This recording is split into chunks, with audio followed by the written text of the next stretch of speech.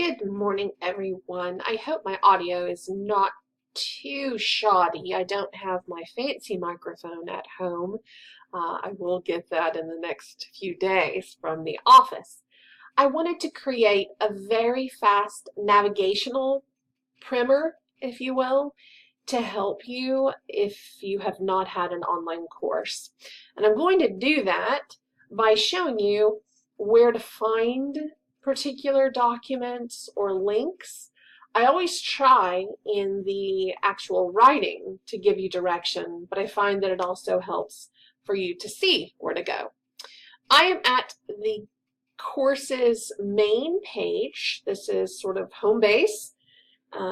You will notice, however, that these links at the top remain static across all pages of the course. So if you ever get lost in some page, you can always return to home by going up here, getting course home, which is where we are now. The most important, I would guess, aspects of your work are going to be the content tab here and the communication tab. Sometimes you'll see an arrow that indicates a drop-down menu. So for example, resources, that'll take you directly to some of these. Grades obviously will allow you to see your class progress as well as grades and the kinds of assignments that we're going to do. For working purposes, however, content and communication are the most important.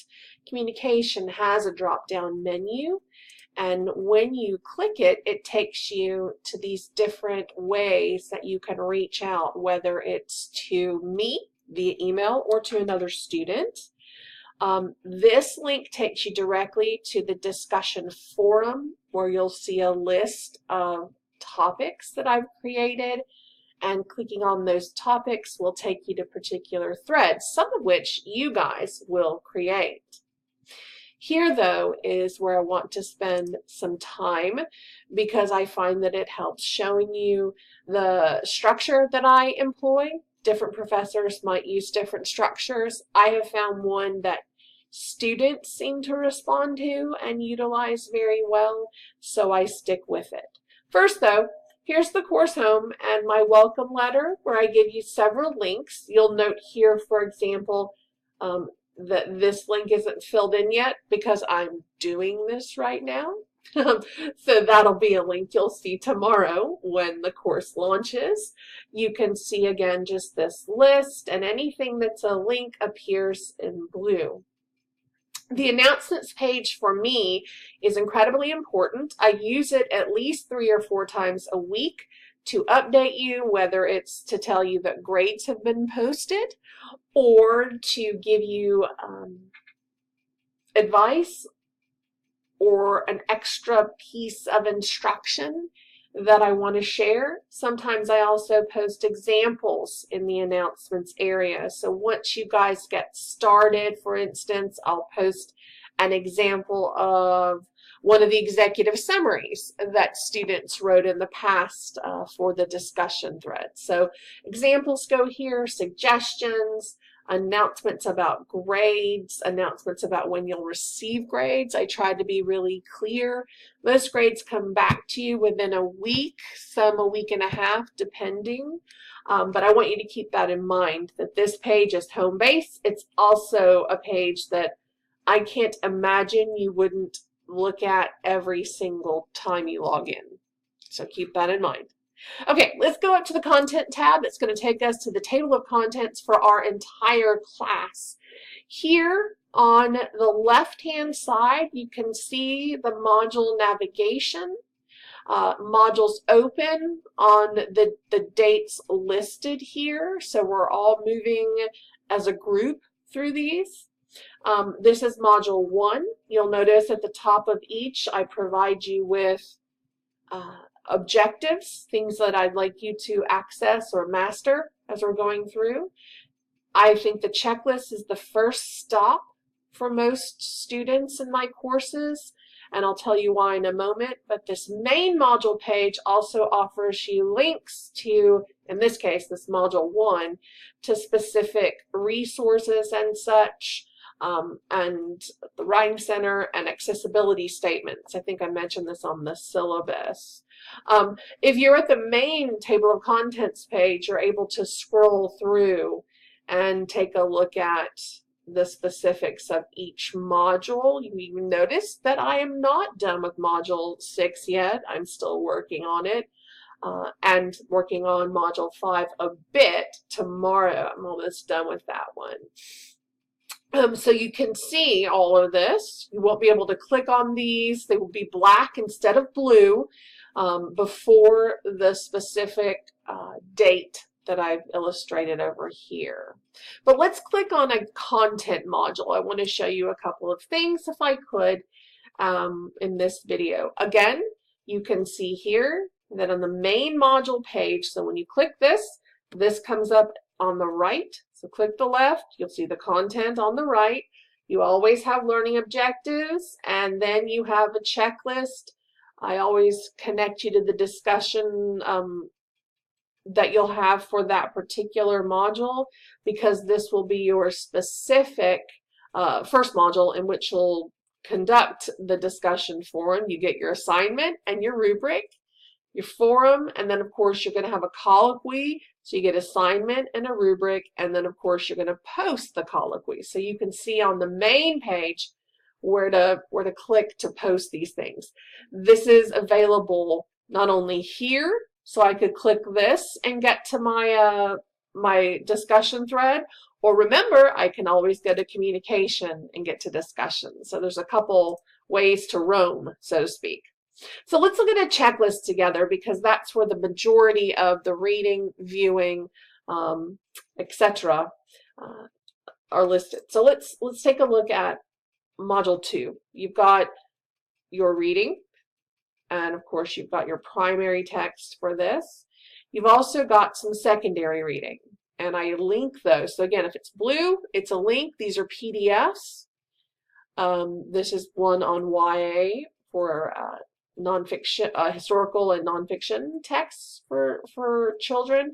And then I'm trying to help you build context. Again, you might have advanced knowledge of some of these historical milieus we'll be studying, but I wanted to give you in each module some viewing or listening to help, again, expand your understanding of the historical milieu and give you some sense of the kind of research that the author engaged in as they created their particular text. So I've given you in Module 2, believe it or not, you're going to watch some documentary footage of David Berkowitz, who is the son of Sam Killer. You're going to listen to audio from Shea Stadium at the moment of the blackout. You'll have some audio to listen to here. This is mostly news coverage. I love these because they're original to the time period. And then I ask you to watch two kinds of music. This would be Nora's love, disco, right? She loves to dance. And this would be, of course, Hector's. And I found this original live performance of the Ramones, 1977 at CBGB's. So I think it's a really interesting addition to help you understand not only the radical differences in music of the time, but perhaps the radical differences between Nora and her brother Hector. I'm going to create a short video on the concept of amplification YA. So again, you'll notice here there's nothing yet. That will come. And then, of course, you've got discuss. So every module checklist is laid out as read, view, discuss, complete. So you'll have these categories to take a look at. And I would always go from learning objectives directly to the checklist as you begin each module, so you know what your workload's going to be. So let me take us back up here. Again, I can follow my breadcrumbs back. Let's say I want to go back to my module homepage. I can do it that way, or I can always go back to content. So again, these remain always at the top on any page in the class. Content for me is the most important, since it always takes me directly to what any class is comprised of, which is work. And again, you'll have those structuring devices, I hope, to keep you on track in each checklist: read, view, discuss, and complete. Let me say one more thing, and I'm going to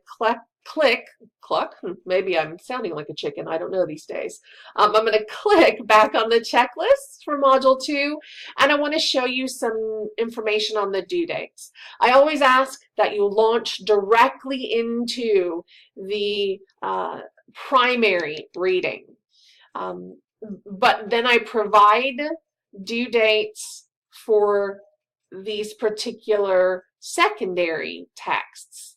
I'm not going to have any way to check to make sure that you have completed these by this due date. I'm not checking in on you.